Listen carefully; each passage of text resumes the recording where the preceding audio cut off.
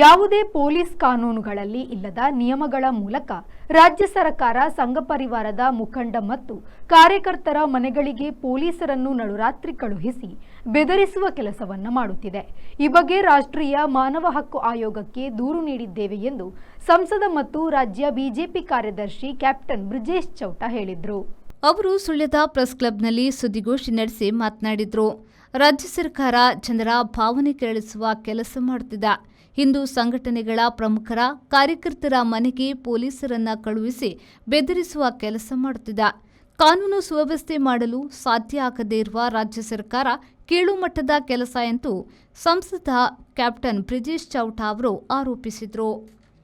ಜಿಲ್ಲೆಯಲ್ಲಿ ಕಾನೂನು ಸುವ್ಯವಸ್ಥೆ ಕಾಪಾಡಬೇಕು ಎನ್ನುವುದು ಕೂಡ ನಮ್ಮ ಅಪೇಕ್ಷೆ. ಆದರೆ ಏನು ಪ್ರಕರಣ ಇಲ್ಲದವರ ಮನೆಗೆ ಹೋಗಿ ಫೋಟೋ ತೆಗೆಯುವ ಪೊಲೀಸರ ಕೆಲಸ ಸರಿಯೇ ಎಂದು ಪ್ರಶ್ನಿಸಿದ ಬ್ರಿಜೇಶ್ ಚೌಟ ಅವರು, ರಾಜ್ಯದಲ್ಲಿ ಸಂಪೂರ್ಣ ಕಾನೂನು ಸುವ್ಯವಸ್ಥೆ ಹದಗೆಟ್ಟಿದೆ. ಸರ್ಕಾರ ನಿಯಂತ್ರಣದಲ್ಲಿ ಇಲ್ಲ. ಅದಕ್ಕಾಗಿ ಗೃಹ ಸಚಿವರು ರಾಜೀನಾಮೆ ನೀಡಲಿ ಎಂದು ಆಗ್ರಹಿಸಿದರು. ಸುಹಾಸ್ ಶೆಟ್ಟಿ ಹತ್ಯೆ ಪ್ರಕರಣವನ್ನ ಎನ್ಐಎಗೆ ಒಪ್ಪಿಸಬೇಕು ಎನ್ನುವುದು ಆಗ್ರಹ. ಪಿಎಫ್ಐ ಮುಂದುವರಿದ ಭಾಗವಾಗಿ ಎಸ್ಡಿಪಿಐ ಅನ್ನುವುದು ಗೊತ್ತಿರುವ ವಿಷಯ. ರಾಜ್ಯ ಸರ್ಕಾರ ಯಾಕೆ ಎನ್ಐಎಗೆ ಒಪ್ಪಿಸಲು ಹಿಂದೇಟು ಹಾಕುವುದು ಎಂದು ಪ್ರಶ್ನಿಸಿದ ಅವರು, ಸರ್ಕಾರದ ವೈಫಲ್ಯ ಎದ್ದು ಕಾಣುತ್ತಿದೆ.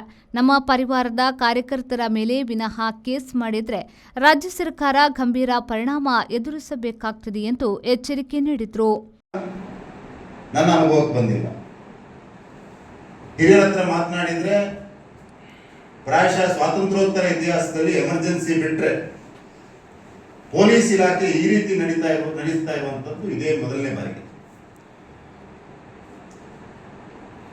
ತಮ್ಮ ಕರ್ತವ್ಯ ನಿರ್ವಹಣೆಯಲ್ಲಿ ಸಂಪೂರ್ಣವಾಗಿ ವಿಫಲವಾಗಿರುವಂತಹ ಪೊಲೀಸ್ ಇಲಾಖೆ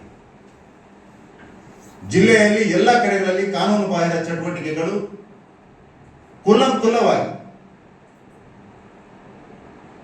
ಕಾಂಗ್ರೆಸ್ ಪ್ರೇರಿತ ಗೂಂಡಾಗಳ ಮುಖಾಂತರ, ಕಾಂಗ್ರೆಸ್ಗೆ ಕಳೆದ ಚುನಾವಣೆಯಲ್ಲಿ ಬೆಂಬಲ ಕೊಟ್ಟ ಎಸ್ಡಿಪಿಐನ ಕಾರ್ಯಕರ್ತರ ಮುಖಾಂತರ ಮರಳು ದಂಧೆ,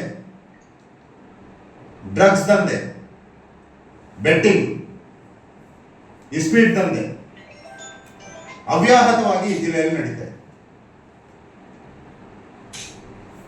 ಒಬ್ಬ ಹಿಂದೂ ಕಾರ್ಯಕರ್ತ ಸತ್ರೆ ಮರುದಿವಸ ಅದನ್ನು ರೌಡಿ ಶೀಟರ್ ಅನ್ನುವಂತ ಪಟ್ಟಿ ಕಟ್ಟಲಿಕ್ಕೆ ಈ ರಾಜ್ಯದ ಗೃಹ ಮಂತ್ರಿ ಸೇರಿದಂತೆ ಜಿಲ್ಲೆಯ ಉಸ್ತುವಾರಿ ಸಚಿವರು, ಯಾವುದೇ ರಾಜಕೀಯ ಮಾಡಬಾರದಂತ speaker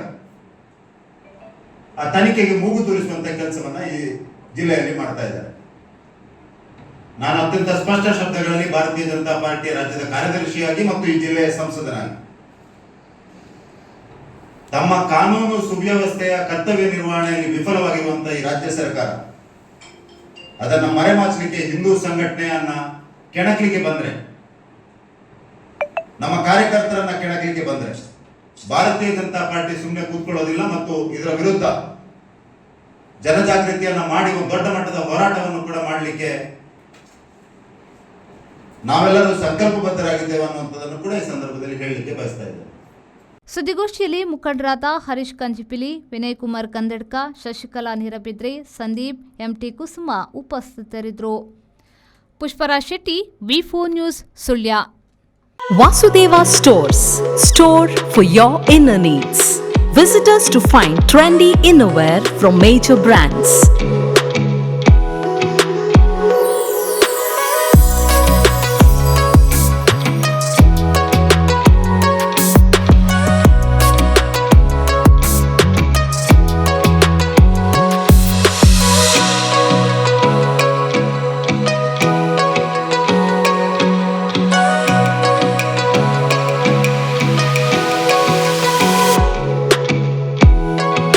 Visit Vasudeva Stores, ground floor, Ideal Towers near Sharavu Ganapati Temple, Mangaluru.